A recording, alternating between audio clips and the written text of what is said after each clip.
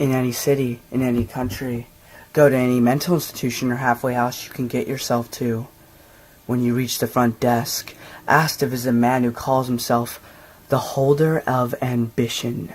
The sound that escapes the mouth of the worker will be so slight and betray so little reaction that at first you may not even be sure your words were heard. All doubts will be settled when they guide you towards a stairway, lit by many windows. At the top of these stairs, the worker will leave you to continue your journey alone. You will find yourself standing at the beginning of an eerily calm hallway. Walk to the end. In all likelihood, you will encounter a shadow that moves along the wall. Do not follow it, for it is the one thing that will lead you to a place you do not wish to go. A place filled with your silent fears and failures, from which you cannot return. No matter what shape the shadow takes, and no matter how it eases and taunts your dreams with the greatest of your desires and hopes, do not even let it tempt your gaze, let alone your feet. If you make it to the end of the hallway without losing sight of your goal, you will find an open doorway with no locks, bolts, or restraints. A soft light bathes the floor in front of the opening. This is your one and only chance to leave without facing the holder of ambition or collecting his object. If that is the course of action you wish to take, then walk directly back the way you came, without attempting to peek around or into other doors, lest you discover what the seductive shadow hides. Beyond the doorway lies a room bathed in artificial light, cast by high windows that cover each wall's expanse. At the room's center stands a tall, healthy man, standing naked and looking out into the light.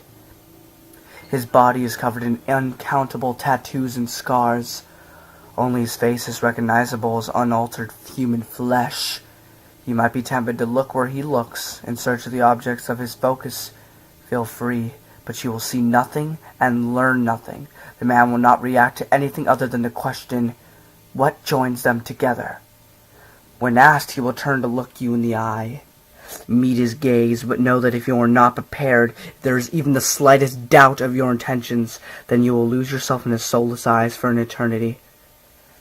If, on the other hand, your gaze is an honest one, then he will begin to speak in a low voice. His tone will be a comical one, his tale told as if they meant nothing at all, but you must not miss a word, for this story is your preparation.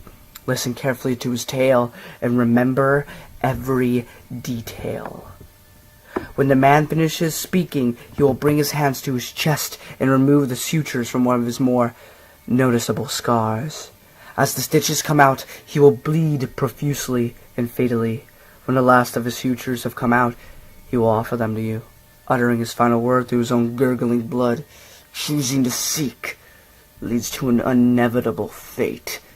The clump of such sutures is object 10 of 538. How you use them depends on what you hear. The holder of life. In any city, in any country, go to any mental institution or halfway house you can get yourself to. When you reach the front desk, ask to visit someone who calls himself the holder of life. The worker will try to suppress a groan, and you'll have to ask again. It will then lead you to an operating room that looks just like any other you might or might not have seen in your life. The worker will give you a scalpel and leave you alone in the room, locking the door behind him. You will have to wait. Wait for almost an hour.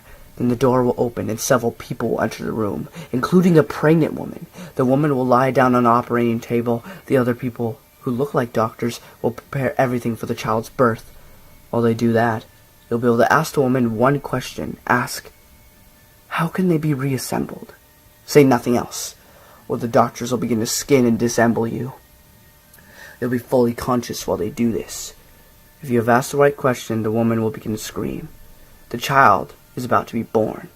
You will have to wait until it's over, and one of the doctors will give you the child, moving his mouth but without sound coming from his lips.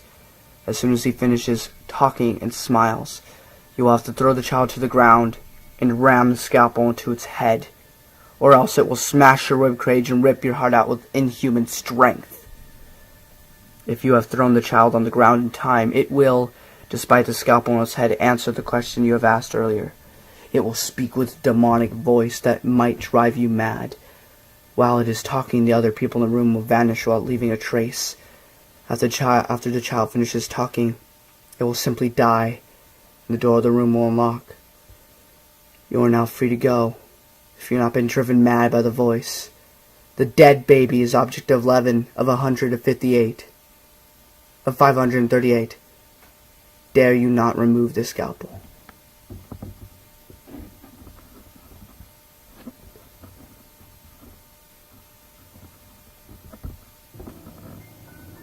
The holder of death. The holder is the easiest to find, but there is no such way, till you won't lose anything. Look for any church, chapel, or temple in any country or city. Be on your knees and speak this prayer to the holder. Come to me and break this chains. Lend me your gift and give me a chance to change what passed, to change what remains. I now call upon the ages as a soldier. Bless me with your strength and wisdom. Show yourself, holder. You really need to show faith when you call the holder, or else other things can hear, and they won't bring you anything but a painful death. After you finish to pray, if you do it in the correct way, a priest will appear. He'll sit right in front of you and put a blade, a book, and a feather in his lap. These 3 things are the holder's gifts. He will make you choose between the 3 objects. The blade is the only object that can kill a holder. The book has all the secrets of the holders, and the feather heals any injury. But death, he'll only ask you one thing, and you need to accept or feel the blade slice through your entire body. He'll demand a promise, a sacrifice that will haunt you for the rest of your life. The holder could ask your soul, a memory, even someone of your family's life. Sounds simple, but he would make it in a way you would never forget, and you die tormented by the sacrifice. He'll get his gift back.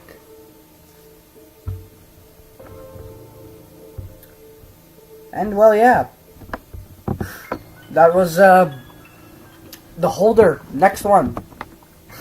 This is getting a little bit weirder. I mean, I like the first couple, but now just gonna go to shorter and not as scary, in my opinion. Anyway, I hope you guys enjoyed. If you did, give it a thumbs up. Sharing helps out a ton. Don't forget to subscribe. Love you guys, and I'll see you in the next video. But yeah, I hope you guys are enjoying this series. I've been working pretty hard on it. I mean, not too hard, but I mean, like putting in music and the pictures and tone in my voice. I hope you guys like it. I like reading scary stories. It's fun, even if it's not that scary. But yeah, you're all having a fabulous day. And I hope to see you again later. I'll see y'all next time. And yes, this artwork is from Scary Stories to Tell in the Dark, before they changed the pictures and made it stupid. Anyway, I'll see you later. I'll see you next time. Bye.